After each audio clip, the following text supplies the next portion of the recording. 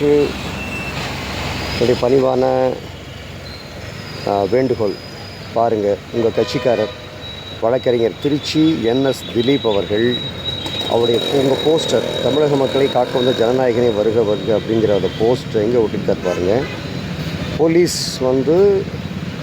Traffic control பண்ணுறதுக்காக வைக்கக்கூடிய அந்த போர்டுகளில் கூட உங்கள் தாவைக்கா கட்சியினர் இப்படி ஒட்டியிருக்கிறது இது சரிதானா, முறைதானா? என்ன ஒரு அநாகரிகமான செயல் இது.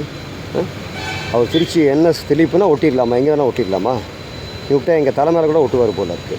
தயவு செய்து, ஏன்னா இன்றைக்கி சிஎம் எந்த விஷயமா இருந்தாலும் அவருடைய கவனத்துக்கு கொண்டு சொல்லியிருக்காரு. இவர் மேலே தகுந்த நடவடிக்கை எடுக்கணும்னு சொல்லி நான் சிஎம் கிட்ட நேரத்தில் கேட்டுக்கிறேன்.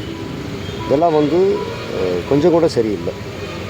இது மாதிரி இவங்க இப்படி விட்டாங்கன்னா அப்புறம் பார்த்திங்கன்னா இன்றைக்கி வீதியாக ஃப்ளக்ஸ் வேறு. சிஎம் அவர்களே, இன்றைக்கு தமிழகம் எங்கும் உங்கள் ஃப்ளக்ஸு ஓவராக போயிட்டுருக்கு.